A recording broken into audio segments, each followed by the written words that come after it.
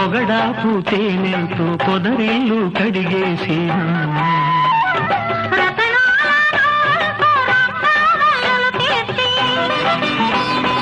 ఎదలో నా పీటేసి ఎదురొచ్చి కూర్చుంటే